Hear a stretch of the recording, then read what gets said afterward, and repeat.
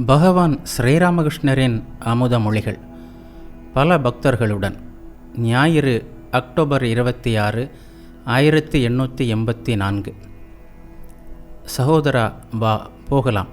மீண்டும் அந்த மகாபுருஷரை கண்டு வணங்குவோம். குழந்தை இயல்புடைய அவரை மீண்டும் தரிசிப்போம். அன்னை காளியை தவிர வேறு எதுவும் தெரியாதவர் அவர். அவர் நமக்காகவே உடல் தாங்கி வந்திருக்கிறார். சிரமமான இந்த வாழ்க்கை புதிரை எப்படி அவிழ்ப்பது என்பதை நமக்கு சொல்லித் தருவார். துறவிகளுக்கும் வழி சொல்வார், இல்லறத்தாருக்கும் வழி சொல்வார். அவருடைய கதவு அனைவருக்கும் திறந்தே இருக்கும். தட்சிணேஸ்வர காளி கோவிலில் அவர் நமக்காக காத்து கொண்டிருக்கிறார். வா, விரைந்து வா, அவரை காண்போம். எல்லையற்ற குணங்களுக்கு அவர் இருப்பிடம். மலர்ந்த முகத்தை கொண்ட அவரது அமுத மொழிகள் நம் கண்களில் நீரை பெருக்கும். வா சகோதரா, அவர் யாரிடமும் எதையும் எதிர்பார்க்காத அருட்கடல், காண்பதற்கு இனியவர். இரவு பகலாக இறை நினைவாகிய போதையில் ஆழ்ந்திருப்பவர், சிரித்த முகம் கொண்டவர். அவரை கண்ணார கண்டு நம் மானிட பிறவியை பயனுடையதாக்கிக் கொள்வோம். பிற்பகல் வேளை குருதேவரின் அறையில் பக்தர்கள் கூடியிருந்தனர். பலர் வந்திருந்தனர். அன்று ஆனந்த சந்தைதான். ஆனந்தமயமான குருதேவரின் இறையன்பு பக்தர்களின் முகமாகிய கண்ணாடியில் பிரதிபலித்தது. என்ன வியப்பு! ஆனந்தம் பக்தர்களின் முகக்கண்ணாடிகளில் மட்டும்தானா? இல்லை இல்லை, வெளியே பூந்தோட்டத்தில், மரத்தின் இலைகளில், மலர்ந்து நின்ற பல வண்ண மலர்களில், பறந்து ஓடும் கங்கையின் நீர் பரப்பில், சூரியன் ஒளி வீசும் நீலவான வெளியில், திருமாலின் திருப்பாதத்தை தொட்டு ஓடும் கங்கையின் நீர்த்துளிகளை தாங்கி வந்த குளிர்ந்த காற்றில், இவற்றிலெல்லாம் அந்த ஆனந்தம் பிரதிபலித்து கொண்டிருந்தது. என்ன வியப்பு! மணற்பொடிகளும் இனிமை ததும்பும் என்பது உண்மைதானா? அந்த பூந்தோட்டத்து மண்ணில் கூட இனிமை தவழ்ந்தது. தனித்தோ பக்தர்களுடனோ அந்த புழுதியிலேயே புரள வேண்டும் என்ற ஆசை எழுகிறது. தோட்டத்தின் ஒரு பக்கத்தில் நின்றவாறு மனத்தை கவரும் இந்த கங்கையை நாள் முழுவதும் தரிசிக்க வேண்டும் என்று தோன்றுகிறது. செடி கொடிகள், மலர்கள் இவைகளுடன் தன்னிழல் பரப்பிய அந்த பூந்தோட்ட மரங்களை உறவினர்களாக கருதி அவற்றுடன் அன்போடு பேச வேண்டும், அன்புடன் தழுவிக்கொள்ள வேண்டும் என்ற பேராசை எழுகிறது. அந்த புழுதியின் மீதல்லவா குருதேவர் நடந்தார். மரம், செடி, கொடிகள் இவைகளின் நடுவில்தானே அவர் தினம்தோறும் நடந்தார். ஒளிமயமான வானத்தை வைத்த கண் வாங்காமல் பார்த்து கொண்டே இருக்க வேண்டும் போல் தோன்றுகிறது. ஏனெனில் பூலோகம், தேவலோகம் எல்லாம் பிரேமானந்தத்தில் அல்லவா மிதந்து கொண்டிருந்தது. கோவிலை சேர்ந்த பூஜாரி, சமையல்காரன், வேலைக்காரன் எல்லோருமே என் சொந்த மனிதர்களைப் போல் தோன்றுகின்றனர். பல நாட்களுக்கு பிறகு மீண்டும் பார்க்கின்ற பிறந்த இடம் போல் அந்த இடம் ஏன் மனதிற்கு இனிமையாக உள்ளது. வானம், கங்கை, கோவில், தோட்டப்பாதைகள், மரம், செடி, கொடிகள், வேலையாட்கள், தரையில் அமர்ந்திருந்த பக்தர்கள் எல்லாமே ஒரே பொருளால் ஆனவர்கள் போல் தோன்றுகிறது. ஸ்ரீ குருதேவர் எந்த பொருளால் ஆக்கப்பட்டிருக்கிறாரோ அதே பொருளால் தான் இவர்களும் ஆக்கப்பட்டவர்கள் என்ற உணர்வு ஏற்படுகிறது. தோட்டம், செடி, கொடி, பூ, இலை, தோட்டப்பாதை, தோட்டக்காரன், தோட்டத்தின் நடுவில் உள்ள வீடு எல்லாமே மெழுகால் செய்யப்பட்டது போல் ஓர் உணர்வு. அங்கிருந்த எல்லாமே ஆனந்தத்தால் வார்க்கப்பட்டவை போல் தோன்றுகின்றன. மனமோகன், மஹிமா சரண், மா ஆகியோர் அமர்ந்திருந்தனர். மெல்ல மெல்ல ஈசான், ஹாஸ்ரா எல்லாம் வந்தனர். இவர்களை தவிர வேறு சில பக்தர்களும் இருந்தனர். பலராமும் ராக்காலும் அப்போது பிருந்தாவனத்தில் இருந்தனர்.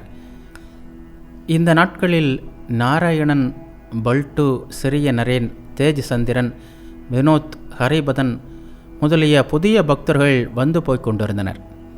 பாபுராம் அவ்வப்போது வந்து தங்குவார். ராம், சுரேஷ், கேதார், தேவேந்திரன் முதலிய பக்தர்களும் சிலர் வாரத்திற்கு ஒரு முறை, சிலர் 2 வாரத்திற்கு ஒரு முறை என்று வந்தபடி இருந்தனர். லாட்டு அங்கேயே தங்கியிருந்தார். யோகினின் வீடு அருகில் இருந்தது. அவர் பொதுவாக தினமும் வருவார். நரேந்திரர் நடுநடுவே வருவார். அவர் வந்தால் போதும், ஒரே ஆனந்த சந்தைதான். தேவர்களுக்கும் அரிதான இனிய குரலில் அவர் பாடினாலே குருதேவருக்கு பலவித பரவச நிலைகளும் சமாதியும் ஏற்படும். எல்லாம் சேர்ந்து ஒரு திருவிழா போல் காட்சியளிக்கும். இளைஞர்களுள் ஒரு சிலராவது தம்முடன் இரவு பகலாக தங்கியிருக்க வேண்டும் என்று குருதேவர் மிகவும் விரும்பினார். அவர்கள் தூயவர்கள். திருமணத்தின் மூலமாகவோ வேறு உலகியல் காரியங்கள் மூலமாகவோ குடும்ப வாழ்வில் சிக்காதவர்கள். குருதேவர் பாபுராமை தங்க சொல்வார். அவரும் அவ்வப்போது தங்கினார். அதர்சேன் அடிக்கடி வருவார். அறையில் பக்தர்கள் உட்கார்ந்திருந்தனர். குருதேவர் ஒரு சிறுவனைப் போல் நின்று கொண்டு ஏதோ யோசித்து கொண்டிருந்தார். பக்தர்கள் அவரையே பார்த்து கொண்டிருந்தனர். ஸ்ரீராமகிருஷ்ணர் மனமோகனிடம், எல்லாம் ராமனாக காண்கிறேன். நீங்கள் எல்லாம் உட்கார்ந்திருக்கிறீர்கள். ராமரே நீங்கள் ஒவ்வொருவருமாக ஆகியிருப்பதை காண்கிறேன். மனமோகன் கூறினார், ராமரே எல்லாமாக ஆகியிருக்கிறார். நீங்கள் சொல்வது போல் ஆப்போ நாராயணக, தண்ணீர் நாராயணன்தான். இருந்தாலும் சில தண்ணீரை குடிக்க முடியும், சில தண்ணீரால் முகம் கழுவலாம், இன்னொன்றால் பாத்திரம் அலம்பலாம். ஸ்ரீராமகிருஷ்ணர் கூறினார், ஆமாம், ஆனால் அவரே எல்லாமாக இருப்பதை காண்கிறேன். அவரே உயிர்களாகவும் உலகமாகவும் ஆகியிருக்கிறார். இவ்வாறு சொல்லிக்கொண்டே குருதேவர் சிறிய கட்டிலில் உட்கார்ந்தார். ஸ்ரீராமகிருஷ்ணர் மகிமா சரணிடம் கூறினார், என்னப்பா, சத்தியத்தை பேச வேண்டும், உண்மைதான். அதற்காக எனக்கு அதில் வெறி தோன்றிவிட்டதா என்ன? சாப்பிட மாட்டேன் என்று திடீரென்று சொல்லிவிட்டால் பசி எடுத்தாலும் என்னால் சாப்பிட முடியவில்லை. சவுக்கு தோப்புக்கு என்னுடன் இன்னவன் செம்பை எடுத்து வர வேண்டும் என்று சொல்லிவிட்டேனானால் பிறகு வேறு யாராவது கொண்டு வந்தால் அவனை திரும்பி போகுமாறு சொல்ல வேண்டியிருக்கிறது. இது என்னப்பா தர்ம சங்கடம்? இதற்கு வேறு வழியே இல்லையா? எதையும் என்னுடன் கொண்டு வர முடிவதில்லை. வெற்றிலை, சாப்பாடு எதையுமே என்னுடன் எடுத்து வர இயலுவதில்லை. எடுத்து வந்தால் அது சேர்த்து வைப்பதாகி விடுகிறதல்லவா? கையில் மண்ணை கூட எடுத்து வர முடிவதில்லை. அப்போது ஒருவர் வந்து, சுவாமி, எதுமல்லிக்கின் தோட்டத்தில் ஹிருதயர் வந்திருக்கிறார். இப்போது வாசலின் அருகில் நிற்கிறார். உங்களை காண விரும்புகிறார் என்று கூறினார். உடனே குருதேவர் பக்தர்களிடம், ஹிருதயனை சற்று பார்த்துவிட்டு வருகிறேன், நீங்கள் உட்காருங்கள் என்று சொல்லிவிட்டு கருப்பு நிற செருப்பை அணிந்து கிழக்கு வாசல் நோக்கி சென்றார். மா மட்டும் உடன் சென்றார். சிவப்பு ஜல்லை பரப்பப்பட்ட தோட்டப்பாதை வழியாக அவர் கிழக்கு நோக்கி சென்றார். வழியில் நின்று கொண்டிருந்த பொருளாளர் குருதேவரை வணங்கினார். தென்பக்கம் முற்றத்திற்கான கதவு இருந்தது. முறுக்கிய மீசையுடன் கூடிய காவலர்கள் அங்கே உட்கார்ந்திருந்தனர். இடது பக்கம் விருந்தினர் மாளிகை. அதையடுத்து பாதையின் 2 பக்கங்களிலும் மலர் மரங்களும், சிறிய தூரத்தின் பாதையில் தென்புறத்தில் காஜி தலாவும் காளிக்கோவிலை சேர்ந்த குளத்தின் படித்துறையும் இருந்தது. அடுத்து கிழக்கு வாசல். அதன் இடதுபுறம் காவலாளிகளின் அறையும் வடதுபுறம் துளசி மாடமும் இருந்தன. தோட்டத்தை விட்டு வெளியே வந்து பார்த்தபோது பக்கத்தில் உள்ள எதுமல்லைக்கின் தோட்ட வாசலின் அருகில் ஹிருதயர் கூப்பிய கைகளுடன் நின்று கொண்டிருந்தார். குருதேவரை கண்டதும் பாதையிலேயே மரம் போல் அவரது காலில் வீழ்ந்தார். குருதேவர் அவரை எழுந்திருக்க சொன்னார். ஹிருதயர் மறுபடியும் கைகளை கூப்பிக்கொண்டு குழந்தையைப் போல் அழ ஆரம்பித்தார். என்ன வியப்பு! குருதேவரும் அழுதார். கண்களின் ஓரத்தில் சில கண்ணீர் துளிகள் காணப்பட்டன. அது தெரியாமல் இருக்குமாறு அவர் உடனே கண்களை துடைத்து கொண்டார். எந்த ஹிருதயர் அவருக்கு தாங்காத தொல்லை கொடுத்தாரோ அவரை பார்க்க ஓடி வருகிறார், அழவும் செய்கிறார். இப்போது ஏன் வந்தாய் என்று குருதேவர் கேட்டார். ஹிருதயர் அழுது கொண்டே, உங்களை பார்க்க வந்தேன், என் துக்கத்தை வேறு யாரிடம் சொல்வேன் என்றார். ஸ்ரீராமகிருஷ்ணர் ஆறுதல் தரும் புன்னகையுடன், குடும்பத்தில் இப்படிப்பட்ட துக்கங்கள் இருக்கவே செய்கின்றன. குடும்ப வாழ்வில் ஈடுபட்டாலே சுகமும் துக்கமும் தான். மாவை சுட்டிக்காட்டி, அதனால்தான் இவர்கள் எல்லாம் அவ்வப்போது இங்கே வருகிறார்கள். முன்பு இறைவனை பற்றிய பேச்சை கொஞ்சம் கேட்டால் மனம் அமைதி பெறுகிறது. உனக்கு என்ன துக்கம் இப்போது? ஹிருதயர் அழுது கொண்டே கூறினார். உங்களை விட்டு பிரிந்தேனே, அதுதான் துக்கம். ஸ்ரீராமகிருஷ்ணர் கூறினார். உங்கள் வழி உங்களுக்கு, என் பாடு எனக்கு என்று நீதானே சொன்னாய்? ஆம், சொன்னேன். எனக்கு என்ன தெரியும் என்றார் ஹிருதயர். ஸ்ரீராமகிருஷ்ணர் கூறினார். போகட்டும், இன்று போய் வா, இன்னொரு நாள் உட்கார்ந்து பேசலாம். இன்று ஞாயிற்றுக்கிழமை. பலர் வந்திருக்கிறார்கள், காத்து கொண்டிருக்கிறார்கள். ஆமாம், இந்த தடவை கிராமத்தில் விளைச்சல் எப்படி? ஏதோ பரவாயில்லை என்றார் ஹிருதயர். சரி, நான் கிளம்புகிறேன், நீ இன்னொரு நாள் வா என்றார் குருதேவர். ஹிருதயர் தரையில் வீழ்ந்து வணங்கினார். வந்த வழியே குருதேவர் திரும்பினார். அவருடன் மாவும் சென்றார். ஸ்ரீராமகிருஷ்ணர் மாவிடம், இவன் எனக்கு எவ்வளவு சேவை செய்தானோ அவ்வளவு வேதனையையும் கொடுத்தான். நான் வயிற்றுக்கோளாறினால் எலும்பும் தோலுமாக ஆகி ஒன்றுமே சாப்பிட முடியாமல் இருந்தபோது, இதோ நான் எப்படி சாப்பிடுகிறேன் பாருங்கள், ஒன்றும் சாப்பிட முடியவில்லை என்றெல்லாம் உங்களுக்கு நீங்களே நினைத்து கொள்கிறீர்கள் என்றான் அவன். மற்றொரு முறை, முட்டாளே, நான் இல்லாவிட்டால் உங்கள் சாது வாழ்க்கையெல்லாம் காணாமல் போயிருக்கும் என்றான். ஒரு நாள் இவனுடைய கொடுமை தாங்காமல் கங்கையில் நீரேற்றம் வந்தபோது அதில் குதித்து உயிரை விடவே போய்விட்டேன். இதை கேட்டு மா திகைத்து நின்றுவிட்டார். இத்தகைய ஒருவனுக்கா மனம் கசிந்து கண்ணீர் சிந்தினார் என்று நினைத்தார் அவர். ஸ்ரீராமகிருஷ்ணர் மாவிடம், அது சரி, அவ்வளவு சேவை செய்தும் அவனுக்கு ஏன் இப்படிப்பட்ட நிலை வந்துள்ளது? குழந்தையை வளர்ப்பது போல் என்னை கவனித்து கொண்டான். நானோ இரவு பகலாக புற உணர்வு இல்லாமல் கிடப்பேன். அதோடு நெடுநாட்கள் நோய் வேறு. அவன் என்னை எப்படி வைப்பானோ அப்படியே நான் இருப்பேன். மா என்ன சொல்வார்? மௌனமாக இருந்தார். ஒருவேளை ஹிருதயர் பயன் கருதாமல் குருதேவருக்கு சேவை செய்யவில்லை போலும் என்று நினைத்து கொண்டார். பேசியபடியே குருதேவர் அறையை அடைந்தார். பக்தர்கள் அவரை எதிர்பார்த்து கொண்டிருந்தனர். குருதேவர் சிறிய கட்டிலில் உட்கார்ந்தார். மகிமாசரன் முதலியவர்களை தவிர கொன்னகரை சேர்ந்த சில பக்தர்களும் வந்திருந்தனர். அவர்களுள் ஒருவர் குருதேவரிடம் சில கேள்விகள் கேட்டார். கொன்னகர் பக்தர்கள், சுவாமி, உங்களுக்கு பாவனை ஏற்படுகிறது, சமாதி நிலை ஏற்படுகிறது என்று கேள்விப்பட்டேன். ஏன் ஏற்படுகிறது? எவ்வாறு ஏற்படுகிறது? அதை சிறிது விளக்குங்கள். ஸ்ரீராமகிருஷ்ணர் கூறினார், ராதைக்கு மகாபாவனை ஏற்படுவது உண்டு. அப்போது தோழிகள் யாராவது அவளை தொடப்போனால் மற்றொருத்தி, அவள் உடம்பில் இப்போது கிருஷ்ணன் ஆடல் புரிகிறான், அவளை தொடாதே என்பாள். இறை அனுபவம் கிடைக்காவிட்டால் பாவனையோ மகாபாவனையோ ஏற்படாது. மீன் அதிக ஆழத்திலிருந்து மேலே வந்தால் தண்ணீர் அசைகிறது. பெரிய மீனாக இருந்தால் தண்ணீர் வேகமாக மேலும் கீழும் எழும்பும். அதனால்தான் பாவனையில் சிரிக்கிறான், அழுகிறான், ஆடுகிறான், பாடுகிறான். நீண்ட நேரம் பாவனை நிலையில் இருக்க முடிவதில்லை. கண்ணாடியின் முன்னால் உட்கார்ந்து நீண்ட நேரம் முகத்தையே பார்த்து கொண்டிருந்தால் பைத்தியம் என்றுதான் நினைப்பார்கள்.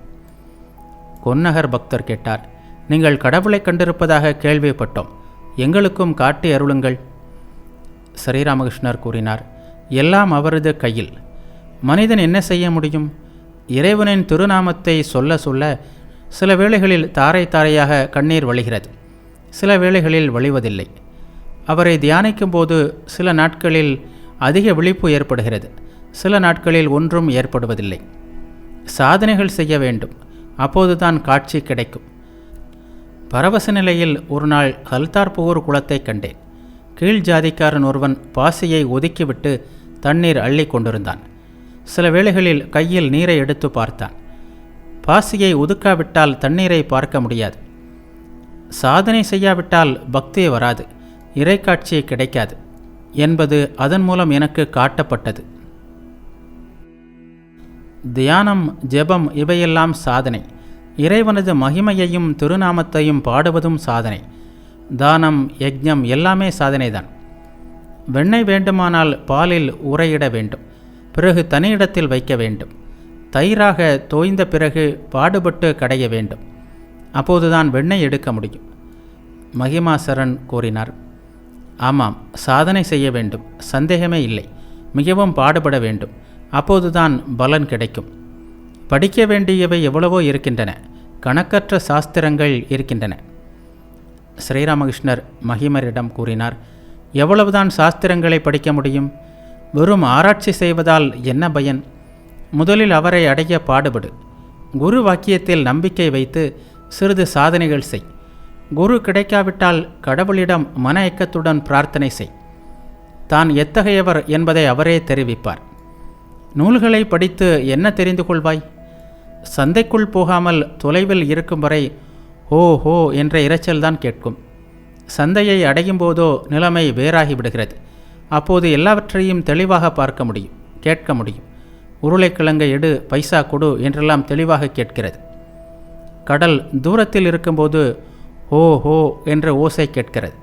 அருகில் சென்றால் அதன் மேல் பல கப்பல்கள் போவதையும் பறவைகள் பறப்பதையும் அலைகள் எழுவதையும் காணலாம். புத்தகம் படிப்பதால் சரியான அனுபவம் கிடைப்பதில்லை. புத்தக அறிவுக்கும் அனுபவத்திற்கும் எவ்வளவு வேறுபாடு உள்ளது. இறைக்காட்சிக்கு பிறகு புத்தகம், சாஸ்திரம், சயின்ஸ் எல்லாம் வெறும் குப்பை கூலமாக தோன்றும். எஜமானை சந்திப்பதுதான் அவசியம். அவருக்கு எத்தனை வீடுகள், எத்தனை தோட்டங்கள், அவரிடம் எவ்வளவு அரசாங்க பத்திரங்கள் என்பதையெல்லாம் முதலில் அறிந்து கொள்வதில் ஏன் அவ்வளவு பரபரப்பு? வேலைக்காரர்களின் அருகில் சென்றால் உன்னை அங்கே நிற்கக்கூட அனுமதிக்க மாட்டார்கள். இதில் பத்திரமும் பணமும் பற்றி ஏதாவது சொல்வார்களா என்ன? ஆனால் முண்டியடித்து கொண்டோ வேலியை தாண்டியோ எப்படியாவது எஜமானனை ஒரு முறை சந்தித்துவிடு. தனக்கு எத்தனை வீடுகள், எத்தனை தோட்டங்கள், எத்தனை பத்திரங்கள் என்ற விபரத்தை அவரே சொல்லிவிடுவார். எஜமானை தெரிந்து வைத்து கொண்டால் வேலைக்காரர்கள், காவலாளிகள் எல்லோரும் கூட சலாம் போடுவார்கள். எல்லோரும் சிரித்தனர். பக்தர் கேட்டார், இப்போது எஜமானை சந்திப்பது எப்படி? எல்லோரும் சிரித்தனர். ஸ்ரீராமகிருஷ்ணர் கூறினார், அதற்காகத்தான் சாதனை செய்ய வேண்டும். இறைவன் இருக்கிறார் என்று சொல்லிக்கொண்டு உட்கார்ந்திருந்தால் போதாது. எப்படியாவது அவரிடம் போக வேண்டும். தனிமையில் அவரை அழை, பிரார்த்தனை செய். எனக்கு காட்சி கொடு என்று முறையிட்டு மன ஏக்கத்துடன் அழு. காமினி காஞ்சனத்திற்காக பைத்தியம் பிடித்து அலைய உன்னால் முடிகிறது. இறைவனுக்காக சிறிது பைத்தியம் பிடிக்கட்டுமே. இறைவனுக்காக இவன் பைத்தியமாகிவிட்டான் என்று மக்கள் சொல்லட்டும். சில நாட்களுக்கு அனைத்தையும் துறந்து தனிமையில் இறைவனை கூப்பிடு. கடவுள் இருக்கிறார் என்று சொல்லிக்கொண்டு உட்கார்ந்திருந்தால் என்ன கிடைக்கும்? ஹல்தார்புகூர் குளத்தில் பெரிய மீன் உண்டு. குளக்கரையில் உட்கார்ந்திருந்தால் மீன் கிடைக்குமா? தூண்டிலை தயார் செய், தண்ணீரில் போடு. மெல்ல மெல்ல அடியாளத்திலிருந்து மீன் மேலே வரும். தண்ணீரில் அசைவு உண்டாகும். அப்போது மனம் மகிழும். ஒருவேளை மீனை சற்று காணவும் முடியும். பிறகு தபாங் என்று அது தண்ணீரிலிருந்து வெளியே வரும். மீனை கண்டதும் அதிக ஆனந்தம் ஏற்படும். பாலை தயிராக்கி கடைந்தால்தானே வெண்ணெய் கிடைக்கும். மகிமரிடம், என்ன தொந்தரவு இது? கடவுளை காட்டிக் கொடுக்க வேண்டுமாம். இவர் சும்மா உட்கார்ந்திருப்பாராம். வெண்ணெயை எடுத்து வாயின் அருகில் கொடுக்க வேண்டுமாம். எல்லோரும் சிரித்தனர். என்ன தொல்லை, மீனை பிடித்து கையில் கொடுக்க வேண்டுமா? ஒருவன் அரசனை காண விரும்பினான். அரசன் இருப்பதோ 7 வாசல்களுக்கு அப்பால். முதல் வாசலை கடந்த உடனேயே அரசன் எங்கே என்று கேட்கிறான். ஆனால் எல்லா வாசல்களையும் கடக்க வேண்டும் அல்லவா? மகிமா சரண் கூறினார், எந்த சாதனையின் மூலம் இறைவனை பெற முடியும்? ஸ்ரீராமகிருஷ்ணர் கூறினார், இந்த சாதனையால் முடியும், அந்த சாதனையால் முடியாது என்று எதுவும் இல்லை. எல்லாம் அவரது அருளை பொறுத்தது. ஆனால் மன இயக்கத்துடன் சிறிது சாதனைகளில் ஈடுபட வேண்டும். மன இயக்கம் இருந்தால் இறைவனின் அருள் கிடைக்கும். நல்ல சூழ்நிலை அமைய வேண்டும். சாது சங்கம், விவேகம் மற்றும் சத்குரு வேண்டும். ஒருவேளை ஒரு மூத்த சகோதரன் குடும்ப பொறுப்பை ஏற்றுக்கொள்ள முன் வரலாம். ஒருவேளை மனைவி வித்யாசக்தியாக தர்ம சிந்தனை உடையவளாக இருக்கலாம். அவள் திருமணமே செய்து கொள்ளாதவனாக இருக்கலாம். குடும்ப வாழ்வில் சிக்காமலே இருக்கலாம். இப்படிப்பட்ட சூழ்நிலைகள் இருந்தால் வெற்றி கிடைக்கும். ஒரு வீட்டில் ஒருவனுக்கு தீராத வியாதி. இப்போதோ அப்போதோ என்று கிடந்தான். அப்போது ஒருவன் வந்து, சுவாதி நட்சத்திரத்தில் மழை பெய்ய வேண்டும், அந்த மழை நீர் ஒரு மண்டை ஓட்டில் விழ வேண்டும், அருகில் ஒரு தவளை வர வேண்டும், அதை பாம்பு ஒன்று துரத்த வேண்டும், பாம்பு பிடிக்கும் தருவாயில் அது தப்பி மண்டையோட்டை தாண்டி குதிக்க வேண்டும், அப்போது பாம்பின் விஷம் மண்டையோட்டில் விழ வேண்டும், அந்த விஷத்தை கொண்டு மருந்து தயாரித்து நோயாளிக்கு கொடுத்தால் அவன் பிழைத்து விடுவான் என்று கூறினான். வீட்டுக்காரனும் நாள், நேரம், நட்சத்திரம் எல்லாம் பார்த்துவிட்டு வீட்டை விட்டு கிளம்பினான். குறிப்பிட்ட எல்லா பொருட்களையும் மன ஏக்கத்துடன் தேட ஆரம்பித்தான். எம்பெருமானே, நீ சேர்த்து வைத்தால்தான் இதெல்லாம் சாத்தியமாகும் என்று கடவுளிடம் பிரார்த்தனையும் செய்து கொண்டான். இப்படி சிந்தித்தபடி போய்கொண்டிருந்த போது உண்மையாகவே அங்கு ஒரு மண்டை ஓடு கிடந்தது. சிறிது நேரத்தில் சிறிது மழையும் பெய்தது. அப்போது அவன், பிரபோ, மண்டையோடு கிடைத்துவிட்டது. சுவாதி நட்சத்திரத்தில் மழையும் பெய்திருக்கிறது. மழை துளி இந்த மண்டை ஓட்டில் விழுந்திருக்கிறது. இப்போது கருணை கூர்ந்து மற்றவைகளையும் சேகரித்து கொடு என்று வேண்டினான். அவன் இவ்வாறு மனயக்கத்துடன் பிரார்த்தனை செய்தபோது விஷப்பாம்பு ஒன்று அங்கே வந்து கொண்டிருந்தது. அவன் அடைந்த மகிழ்ச்சியிலும் பரபரப்பிலும் அவனது நெஞ்சு டப் டப் என்று அடைத்து கொண்டது. தெய்வமே, பாம்பும் வந்துவிட்டது. பல பொருட்கள் ஒன்று கூடிவிட்டன. எஞ்சியவற்றையும் கருணை கூர்ந்து சேர்த்து தருவாய் என்று பிரார்த்திக்க தொடங்கினான். பிரார்த்தித்து கொண்டிருந்த போதே தவளையும் வந்தது. அந்த தவளையை பாம்பு துரத்த மண்டையோட்டின் அருகே வந்த பாம்பு தவளையை பிடிக்கும் தருவாயில் தவளை ஒரு குதி குதித்து மண்டை ஓட்டை தாண்டியது. பாம்பின் விஷம் மண்டை ஓட்டில் விழுந்தது. அவ்வளவுதான். அவன் ஆனந்தத்தால் கைகொட்டி ஆடி பாடி குதிக்க ஆரம்பித்து விட்டான். அதனால்தான் சொல்கிறேன், மன ஏக்கம் இருக்குமானால் எல்லாம் நடக்கும். மனத்திலிருந்து எல்லாம் அகலாவிட்டால் இறை அனுபூதி கிடைக்காது. சாதுவால் சேர்த்து வைக்க முடியாது. பறவையும் ஃபக்கீரும் சேர்த்து வைப்பதில்லை. பறவையும் துறவியும் சேமிப்பதில்லை. தம்மை சுட்டிக்காட்டி, இந்த இடத்தின் நிலை என்ன தெரியுமா? கையை சுத்தம் செய்வதற்கான மண்ணை கூட எடுத்து செல்ல முடிவதில்லை. வெற்றிலை போடுவதற்கானவற்றை கூட பொதிந்து கொண்டு வர முடிவதில்லை. ஹிருதயன் எனக்கு துன்பம் கொடுத்தபோது காசிக்கு போய்விடலாம் என்று நினைத்தேன். துணிமணிகளை எடுத்து கொள்ளலாம், ஆனால் பணத்தை எப்படி எடுத்து செல்வது? கடைசியில் காசிக்கு போகவில்லை. எல்லோரும் சிரித்தனர். மகிமரிடம், நீங்கள் இல்லறத்தார்கள், இதையும் வைத்து கொள்ளுங்கள், அதையும் வைத்து கொள்ளுங்கள், குடும்பத்தையும் நடத்துங்கள், ஆன்மீகத்தையும் கைக்கொள்ளுங்கள். இது அது இரண்டும் இருக்க முடியுமா என்று மகிமர் கேட்டார். ஸ்ரீராமகிருஷ்ணர் கூறினார், நான் பஞ்சவடிக்கு அருகில் கங்கை கரையில் பணம் மண், பணமே மண், மண்ணே பணம் என்று ஆராய்ச்சி செய்து பணத்தை கங்கையில் எறிந்தபோது சிறிது பயம் ஏற்பட்டுவிட்டது. நான் மகாலட்சுமியை விட்டுவிட்டேனோ? அவள் என் சாப்பாட்டை முடக்கிவிட்டால் என்ன செய்வது? உடனே ஹாஸ்ராவைப் போல் நானும் ஒரு தந்திரம் கண்டுபிடித்தேன். அம்மா, நீ என் இதயத்தில் தங்கு என்று கூறிவிட்டேன். ஒருவனுடைய தவத்தில் மகிழ்ந்த தேவி அவன் முன் தோன்றி, உனக்கு என்ன வர வேண்டும் என்று கேட்டாள். அதற்கு அவன், தாயே, நீ வரம் கொடுப்பதானால் நான் என் பேரனுடன் தங்கத்தட்டில் சாதம் சாப்பிடும்படி செய் என்றான். ஒரே வரத்தில் பேரன், செல்வம், பொன் தட்டு எல்லாம் ஆகிவிட்டது. எல்லோரும் சிரித்தனர். மனத்திலிருந்து காமினி காஞ்சனம் அகலுமானால் மனம் இறைவனை நாடும். அவரிடம் சென்று ஒட்டிக்கொள்ளும். கட்டுண்டவனே முக்தனாக முடியும். இறைவனிடமிருந்து விலகுபவன் கட்டுண்டவன் ஆகிறான். தராசின் கீழ்முள் மேல் முள்ளிலிருந்து எப்போது விலகும்? காமினி காஞ்சனம் என்ற பழு தராசு தட்டை அழுத்தும் போது. குழந்தை பிறந்ததும் ஏன் அழுகிறது? கர்ப்பத்தில் இருக்கும்போது யோகத்தில் இருந்தேன். பூமியில் விழுந்ததும் எங்கே எங்கே எங்கே வந்துள்ளேன்? இறைவனின் பாத கமலங்களை நினைத்து கொண்டிருந்தேனே, இப்போது எங்கே வந்து சேர்ந்துள்ளேன் என்று அழுகிறது. நீங்கள் மனத்தளவில் துறக்க வேண்டும். பற்றற்று இல்லறம் நடத்துங்கள். மகிமர் கேட்டார், இறைவனிடம் மனம் சென்றால் பிறகு குடும்ப வாழ்வு நிலைக்குமா? ஸ்ரீராமகிருஷ்ணர் கூறினார், அது என்ன பேச்சு? குடும்பத்தை விட்டுவிட்டு எங்கே போவாய்? நான் எங்கு இருந்தாலும் ராமரின் அயோத்தியிலேயே இருப்பதை காண்கிறேன்.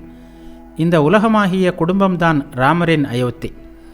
குருவிடமிருந்து ஞானம் பெற்ற பிறகு ராமபிரான், நான் குடும்ப வாழ்க்கையை துறந்துவிடப் போகிறேன் என்றார். அவருக்கு விஷயத்தை புரிய வைப்பதற்காக தசரதர் வசிஷ்டரை ராமரிடம் அனுப்பினார். ராமரின் தீவிர வைராக்கியத்தை கண்ட வசிஷ்டர் அவரிடம், ராமா, முதலில் என்னுடன் வாதம் செய், பிறகு குடும்ப வாழ்வை துறக்கலாம். நான் ஒன்று கேட்கிறேன். ஆமாம், குடும்ப வாழ்க்கை என்பது இறைவனிடமிருந்து வேறுபட்டதா? வேறுபட்டதானால் நீ துறந்து செல்லலாம் என்றார். ஆனால் இறைவனே உயிர், உலகம் எல்லாமாக ஆகியிருப்பதை ராமர் கண்டார். இறைவன் இருப்பதால்தான் மற்ற எல்லாம் இருப்பதாக உணர்கிறோம் என்பது அவருக்கு தெரிந்தது. அப்படியே மௌனமாகிவிட்டார். குடும்ப வாழ்க்கையில் காம குரோதங்களுடன் போராட வேண்டியுள்ளது. பல்வேறு சம்ஸ்காரங்களுடன் போரிட வேண்டியுள்ளது. பற்றுகளுடன் மோத வேண்டியுள்ளது. போரை கோட்டைக்குள் உள்ளிருந்து நடத்துவதே சௌகரியமானது. குடும்பத்தில் இருந்து கொண்டே போர் செய்வது நல்லது. சாப்பாடு கிடைக்கிறது, மனைவி பலவித உதவிகளை செய்வாள். கலியுகத்தில் உயிர் உணவை சார்ந்துள்ளது. உணவிற்காக 7 இடங்களில் அலைவதை விட ஒரு வீட்டில் கிடைப்பது நல்லது. வீட்டில் இருப்பது கோட்டைக்குள் இருந்து போர் செய்வது போன்றது. காற்றில் பட்ட எச்சில் இலை போல் குடும்பத்தில் இரு. அந்த இலையை காற்று சில வேளைகளில் வீட்டின் உள்ளே கொண்டு செல்லும், சில நேரம் குப்பை தொட்டிக்கு அடித்து செல்லும். காற்று எந்த பக்கம் வீசுமோ இலை அந்த பக்கம் செல்லும். சில சமயம் நல்ல இடத்தில் விழும், சில சமயம் மோசமான இடத்தில் விழும். இப்போது இறைவன் உன்னை குடும்பத்தில் வைத்திருக்கிறான். நல்லது, இப்போது அங்கேயே இரு. மீண்டும் எப்போது இங்கிருந்து எடுத்து இதைவிட நல்ல இடத்தில் வைக்கிறானோ அப்போது நடப்பது நடக்கட்டும். குடும்ப வாழ்வில் வைத்திருக்கிறார். அதற்கு என்ன செய்வது? எல்லாவற்றையும் அவரிடம் சமர்ப்பித்து விடு. அவரிடம் உன்னையே சமர்ப்பணம் செய். அப்படி செய்தால் எந்த குழப்பமும் இல்லை. அவரே எல்லாம் செய்கிறார் என்பதை அப்போது காண்பாய். எல்லாம் ராமரின் திருவுள்ளம். ஒரு பக்தர் கேட்டார், அது என்ன ராமரின் திருவுள்ளம் கதை? ஸ்ரீராமகிருஷ்ணர் கூறினார், ஒரு கிராமத்தில் நெசவாளி ஒருவன் இருந்தான். அவன் மிகவும் தர்ம சிந்தனை உள்ளவன். அவனை அனைவரும் நம்பினர், நேசித்தனர். அவன் சந்தைக்கு போய் துணி விற்பான்.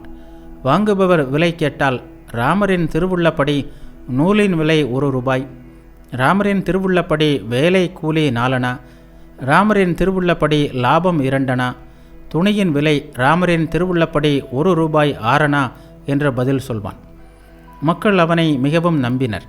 எனவே அவன் சொன்ன விலையை கொடுத்து துணியை வாங்கிவிடுவார்கள். இவன் நல்ல பக்தன்.